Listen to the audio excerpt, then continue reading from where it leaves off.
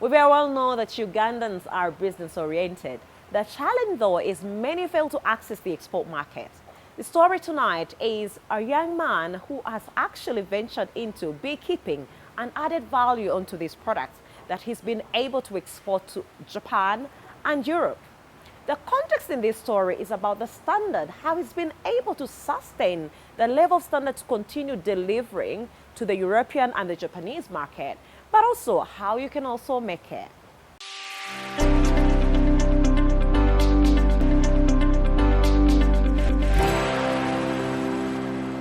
I am Mr. Robert Okodia. I'm the CEO and the founder of Wimro Bees Company Limited. We are into the complete honey value chain, and here we are at one of our apiary. This apiary is having about 100 beehive. It's one of the clusters. We have like 4 clusters. Each of it has about 100 beehives. Here we have local hive and then KTB basically. I got inspired when I was young, about 21 years old. I was looking for something to earn me an income so I can probably support my parents, pay my school fees. So then I ventured into beekeeping. I started with 5 beehives and now I have about 500 beehives after a period of about 10 years now that I've been into beekeeping. Every harvesting season, you could generate about 1.2 million from the 10 beehives. So there are farmers who have like 50 beehives, they're able to generate about 3.5 million to 4 million per season. So we have 2 seasons in a year. So that means they get about between 8 million for people with 20 hives and then about 3 million for people with 10 beehives. So there's nothing much you do. After placing your hives, you go do other work. So beekeeping is an activity that when you're doing, you don't spend a lot of time on it. You place your hive, you come and do basics management, supervising, see how the bees are flying, and then you go do other activities. What do you do if you want to start up? One, you need to probably raise a capital that can start you a minimum of 10 beehive, that is commercial production. 10 beehive, that's about 500,000. 500,000 you have invested in your beehive, and eventually probably you needed something like a bee suit to protect you, like mine here. When you want to do hive inspection, visit your apiary, you need something like this.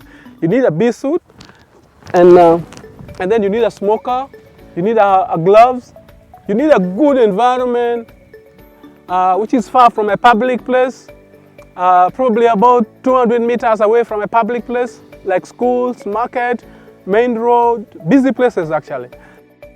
We do honey, it's one of our products. We have different packaging. We have export packaging, local packaging for local market, and then also regional market.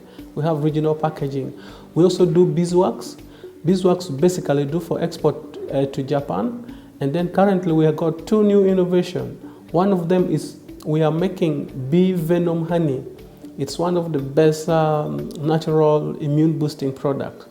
And it's suppressing a lot of diseases. And probably one of them is COVID-19. 2, we are doing a propolis throat spray.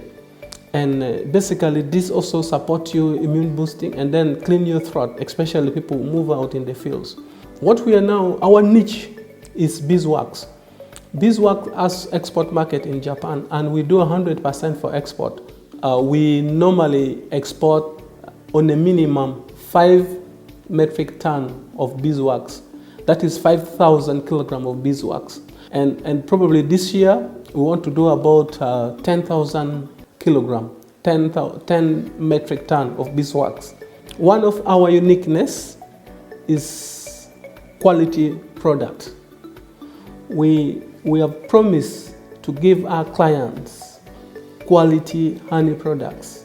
And that's the uniqueness we have to offer our client the best organic, fresh honey. I started working with 20 farmers who were supplying me with honey.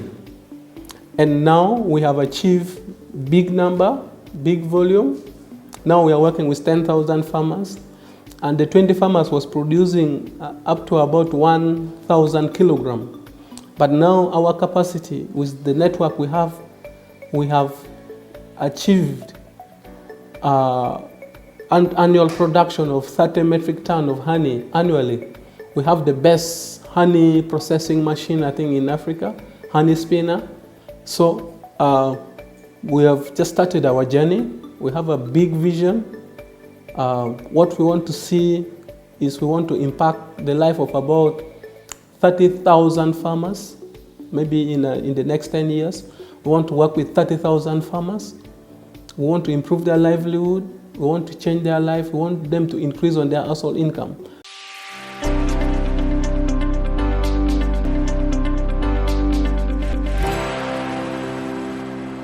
As students go back to school, the number of questions that are coming, that are lingering, and more so those that have come out of this season, we're just trying to bid goodbye.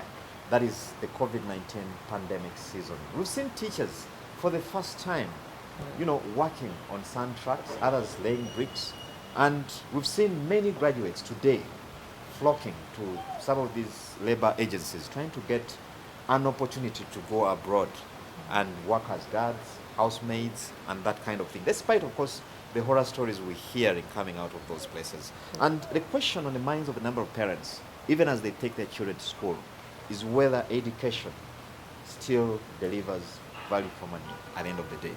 Well, Charles, you very well know that I'm an advocate for education, and I will tell you that I still believe that education is the key to success.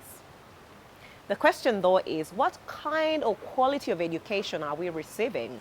Because usually, as we speak about these conversations, we need to think about what we are getting exposed to, the quality of content. Is it still relevant to the modern times? I think that's very key. Today we have technology taking over all these spaces. How are we using technology or leveraging technology to better the quality of education that we're receiving today?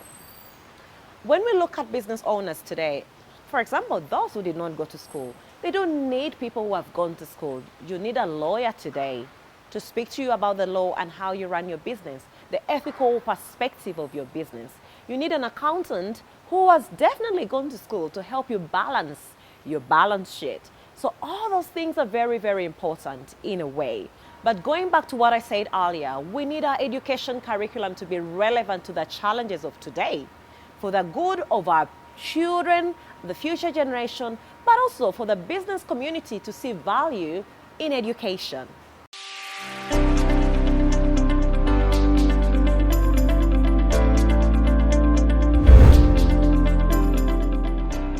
Majority of people who are non-educated, why they successfully make it in life is that they accept the world to teach them. They are not always locked up in their papers. They are not locked up in one, sense of direction, of course. Secondly, of course, they have started at a young age. Most especially when you drop out of school when you're young, you start fending for yourself. You start making sure that you're looking at different things. You're looking at trying, selling G-nuts. You're trying selling, anything that you land on. And you see, life is not about luck. Life is about hard working. When you're hard working, definitely you get there. So out there, I would still say, the entrepreneurs that most of them have not gone to school, is that they start when they're still young. And when you're young, you're able to try out anything without fear favor. But when it comes to our graduates, when it comes to our guys who have gone to school, most of them, they have put their trust in papers. I want to assure you, yes, papers expire. That's why you see most of the jobs, they say we need between 25 and 35. Why is this so? Because you're still young, energetic, you have no challenges, you have no burden, you are not a burden to your employer, and at the end of the day, by the time you reach 35, just know that the papers you went to school for are all getting expired. So that's the difference. That's the difference. Otherwise, yes, you go to school, you'll definitely be successful, but only when you're hardworking.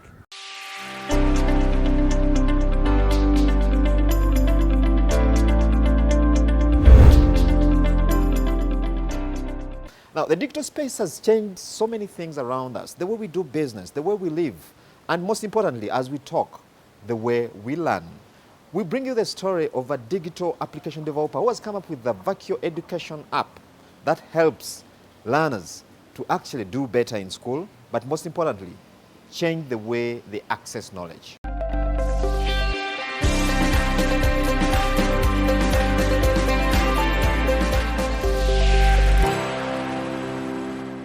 We have a flagship product called Somesa, it's also the name of our company, and it's a learning management system.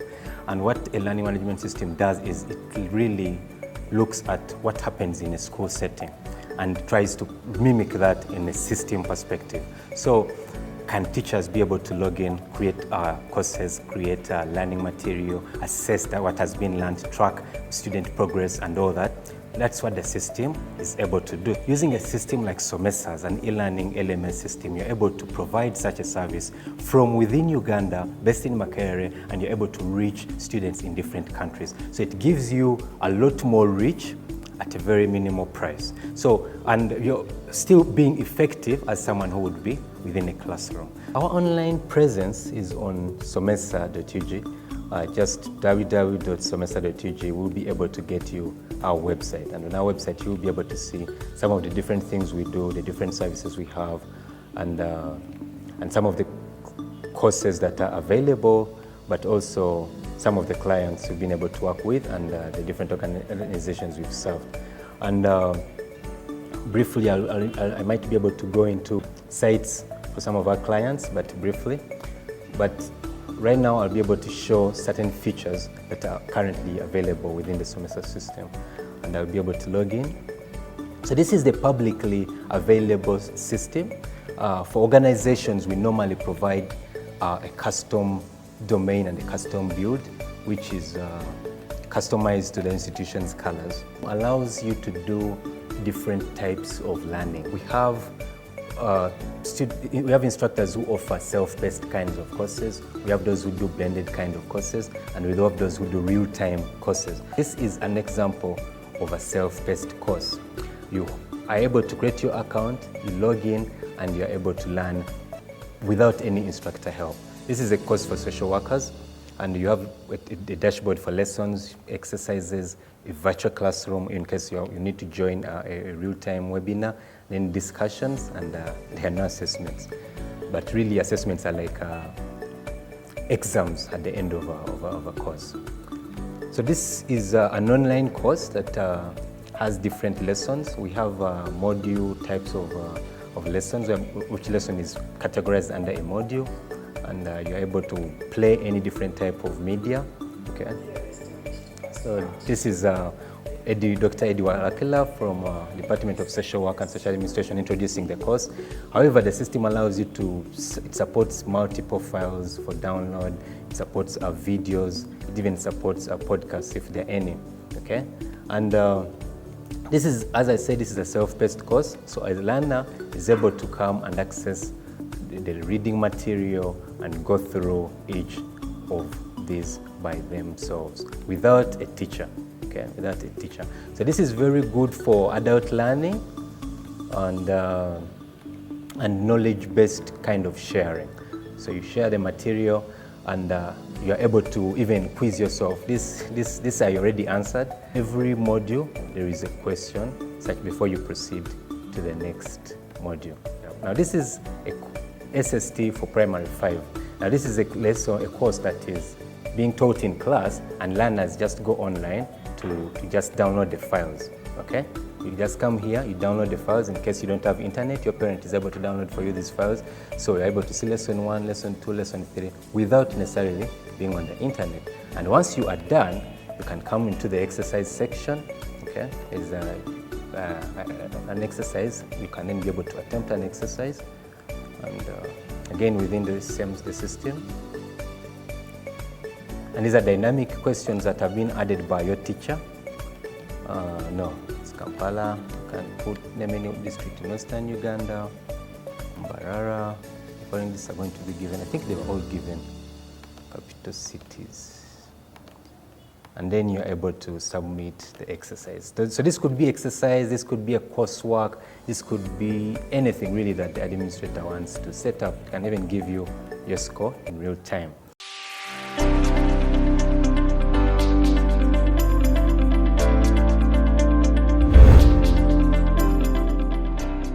Well, as you've noticed, we've paid special attention to the education subsector because of its relevance to any progressive economy, and more so because students have spent 2 years without going to school, meaning that as they come back, certain aspects need to be rejigged or retouched to rhyme with the times. Thank you so much for tuning in to Money and Markets tonight. I've been your host, Charles Woji. And Shamim Kaimatovu. Until next time, have a good evening and God bless. Bless.